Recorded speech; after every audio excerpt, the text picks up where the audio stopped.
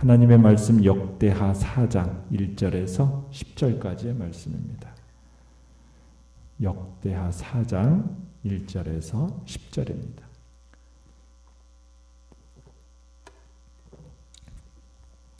역대하 4장 1절에서 10절 우리 한 목소리로 같이 읽겠습니다. 시작. 솔로몬이 또 노스로 제단을 만들었으니 길이가 20규빗이요 너비가 20규빗이요 높이가 10규빗이며 또 노스를 부어 바다를 만들었으니 지름이 10규빗이요 그 모양이 둥글며 그 높이는 5규빗이요 주위는 30규빗 길이의 줄을 두를만 하며 그 가장자리 아래에는 돌아가며 소 형상이 있는데 각 규빗에 소가 10마리씩 있어서 바다 주위에 둘렸으니 그 소는 바다를 부어 만들 때에 2줄로 부어 만들었으며 그 바다를 노스에 황소 12마리가 바쳤으니 3마리는 북쪽을 향하였고 3마리는 서쪽을 향하였고 3마리는 남쪽을 향하였고 3마리는 동쪽을 향하였으며 바다를 그 위에 놓았고 소의 엉덩이는 다 안으로 향하였으며 바다의 두께는 한 손 너비만 하고 그 둘레는 잔둘레와 같이 백합화의 모양으로 만들었으니 그 바다에는 3,000밭을 담겠으며 또 물두멍 10개를 만들어 5개는 오른쪽에 두고 5개는 왼쪽에 두어 씻게 하되 번제에 속한 물건을 거기서 씻게 하였으며 그 바다는 제사장들이 씻기 위한 것이더라. 또 규례대로 금으로 등잔대 10개를 만들어 내전 안에 두었으니 왼쪽에 5개요 오른쪽에 5개이며 또 상 10개를 만들어 내전 안에 두었으니 왼쪽에 5개요 오른쪽에 5개이며 또 금으로 대접 100개를 만들었고 또 제사장의 뜰과 큰 뜰과 뜰문을 만들고 그 문짝에 놋을 입혔고 그 바다는 성전 오른쪽 동남방에 두었더라. 아멘. 오늘 말씀의 제목은 하나님께로 나아가는 길이라는 제목으로 말씀을 나눕니다. 오늘 본문은 성전 내위에 비치할 기구들 가운데서 주요 기구들의 식양 또 제작 배치에 대해서 다루고 있습니다. 내용 관찰 문제 1번을 보시면 솔로몬은 어떤 성전 기구들을 만들었습니까? 1절에 보시면 첫 번째 도구는 번제단입니다. 솔로몬이 노스로 제단을 만들었는데 가로가 20규빗, 세로가 20규빗, 높이가 10규빗입니다. 미터로 하면은 9미터, 9미터, 4.5미터 상당히 큰 구조물이죠. 두 번째 도구는 2절에서 5절에 나오는 바다 모양의 물통입니다. 물통은 옛적에 모세가 만들었던 물두멍, 성막에서는 물두멍을 대신하는 물건인데요. 지름이 10규빗이죠. 10규빗. 그러면은 4.5m, 높이가 5규빗, 2.25m, 둘레가 30규빗, 13.5m인데 작은 수영장 규모입니다. 5절에 가보면은 성경에서 약 3,000밭을 담았다라고 얘기하는데 학자들이 1밭을 한 22리터 정도로 해서 하면은 바다 모양의 물통에 담았던 물이 약 66톤 정도가 넘습니다. 그러니까 물통은 백합화 모양으로 장식이 되었고요. 또 다리는 소 모양이고 사방으로 3개씩 받쳐서 총 12마리의 소가 다리 역할을 했는데 그러면 12마리의 소가 아마 이스라엘 12지파를 상징하는 것으로 보지요. 그래서 이 바다 모양의 물통을 성전 오른쪽 동남쪽 모퉁이에 두었다라고 10절에 이렇게 되어 있습니다. 자, 그 다음에 세 번째 도구는 6절에 보시면은 물을 담는 대야, 물두멍이라고 하는데 여기는 대야라고 할 수 있는데 한 10개의 대야를 만들어서 제단 왼쪽에 5개, 오른쪽에 5개를 두었습니다. 네 번째 도구는 촛대입니다. 7절에 보시면은 10개의 촛대를 만들어서 성전 안 좌우에 각각 5개씩 두었습니다. 촛대의 기능이라는 것은 아마 어두운 곳에서 빛을 밝히는 역할, 또 성소의 아름다움과 영광을 더해주는 도구였고, 또 나무 모양을 하고 있어가지고 나무와 빛이라는 건 생명을 상징하는 것인데 아마 그런 생명을 상징하는 그런 기능이 있었던 것으로 보입니다. 8절에 보시면은 이외에도 상 10개가 있고 대접이 100개가 있습니다. 모두 금으로 만들었습니다. 그러니까 금이라는 것은 유형적인 어떤 화려함의 극치로서 이 금을 이 성전 건축에 사용되어지는데 그 안에 사용되는 집기들도 세세한 관심과 정성을 기울여서 지금 화려하고 귀중한 금으로 만들었습니다. 그리고 9절에 가보시면은 제사장들이 사역하는 데 필요한 제사장의 뜰, 큰 뜰 만들고 문짝과 테두리를 쳐서 구분을 했습니다.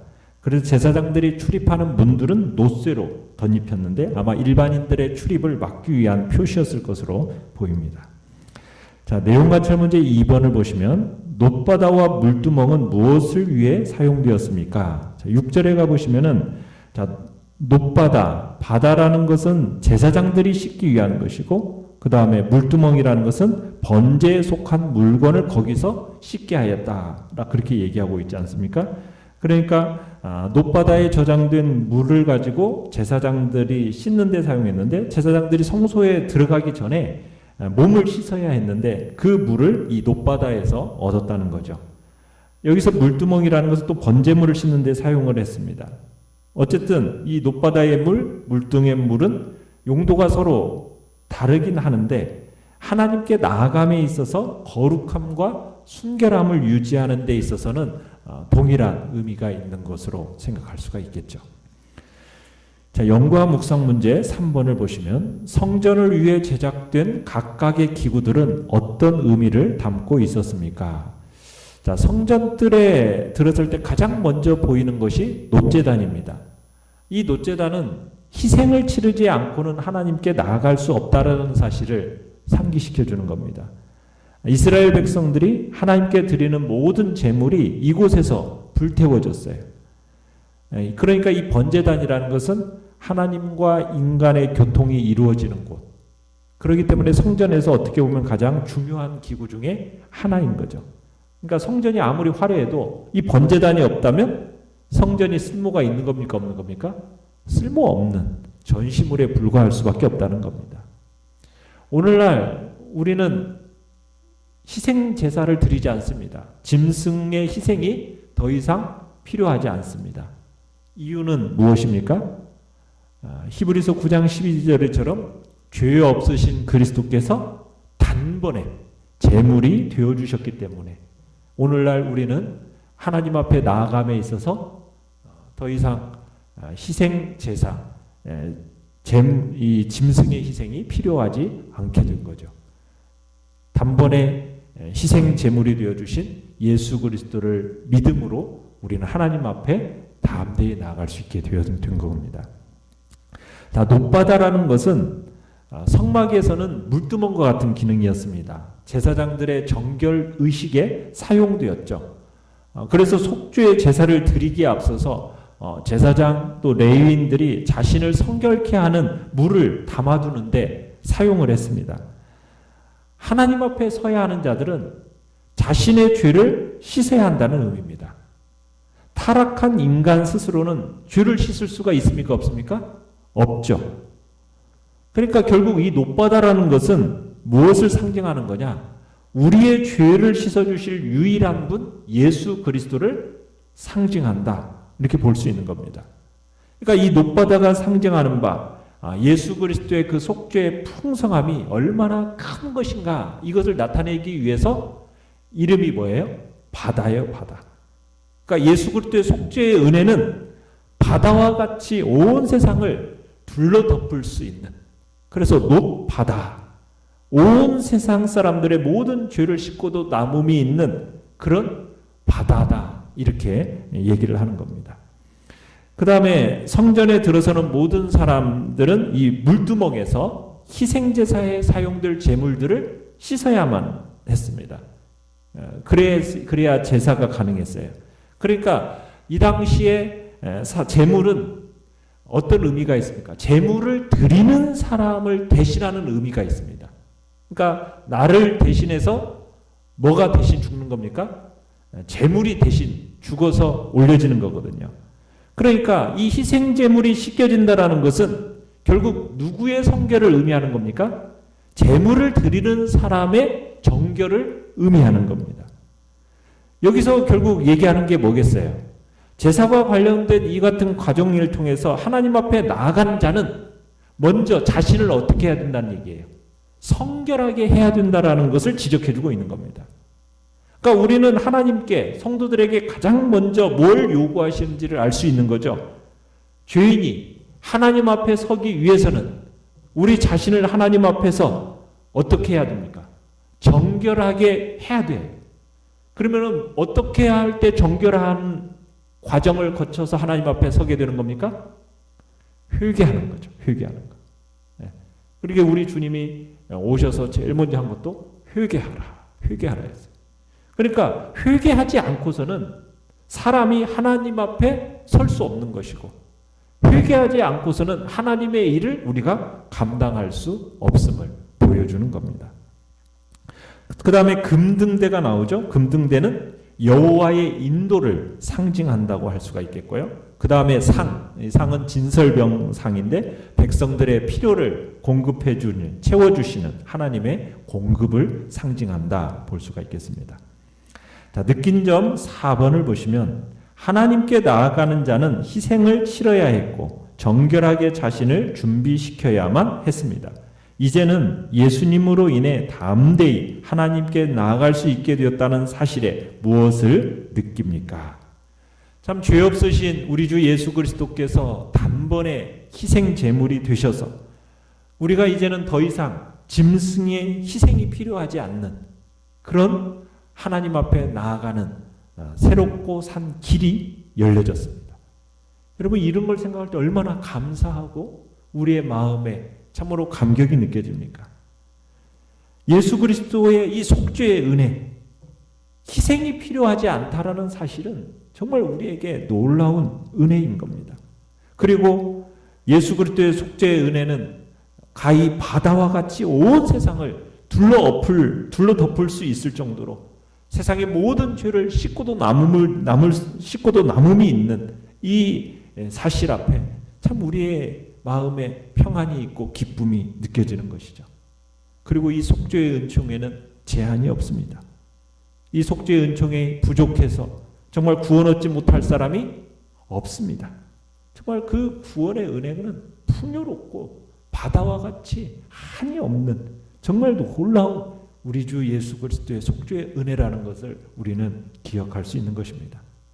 무한하신 하나님의 아들 예수 그리스도께서 영원하신 영생의 물이 되어서 생명의 물이 되어서 그 생명의 물을 정말 십자가에서 다 쏟아내셨습니다. 십자가에서 흘리신 그 순결한 은혜의 물결이 강같이 온 땅에 흐르고 그리고 구원의 바다를 이루었습니다. 하나님은 이 구원의 바다 가운데서 인생에 필요한 모든 풍성한 축복들을 예비해 두셨죠. 그래서 우리 모든 사람은 이 생명의 물을 누리고 맛보아야 되는 겁니다. 왜냐하면 이 정결하게 하는 이 속죄의 물을 통해서만 우리의 죄가 씻김받을 수 있기 때문입니다. 이 속죄의 물에 우리 자신을 담그기만 하면 세상의 모든 죄, 어두움, 오염에서부터 정말 어떻게 보면은 죽어가는 사람이라 할지라도 그곳에서 살아나게 되고 새로운 생명과 깨끗함의 축복을 받게 된다는 얘기입니다. 그러니까 우리는 이 생명의 물을 받는 자가 되어야 되고 생명의 물이 우리 안에 들어오면 어떤 일이 일어납니까? 우리 속에서 영원히 솟아나는 생수가 된다고 그랬죠. 그렇죠? 생수를 가진 자가 되어서 영원히 목마르지 않는 축복을 누리게 될 것이라고 우리 주님이 말씀하셨어요. 오늘 우리는 그런 삶을 살게 된 겁니다. 이미 우리는 이 은혜의 바다에 죄를 씻은 사람들입니다. 우리는 그런 사람들로서 아직 정말 시궁창 같은 구덩이에 세상에 허우적거리는 그들을 긍휼히 여기는 마음으로 그들을 그리스도의 은혜의 바다로 인도해야 될 것이고 그들도 동일하게 새로운 생명과 깨끗함을 누리도록 우리들은 그들을 주님께로 인도해야 할 또한 책임과 사명을 부여받게 된 것이죠. 결단과 적용 5번입니다. 지금 내 삶에 하나님께로 나아가는 길을 막고 있는 회개하지 않은 죄악은 없습니까? 하나님과의 교제를 회복하고 구원의 기쁨을 다시 회복하기 위해 내가 해야 할 일은 무엇이겠습니까? 자, 죄인이 하나님의 사람이 되기 위해서 가장 먼저 거쳐야 하는 것이 바로 회개라고 그랬어요. 그죠? 회개입니다. 회개하지 않고서는 하나님의 사람으로서 하나님의 일을 감당해낼 수 없습니다. 죄를 용납하실 수 없는 하나님께서 죄로 오염된 사람 용납하실 수가 없고 사용하실 수가 없는 것입니다.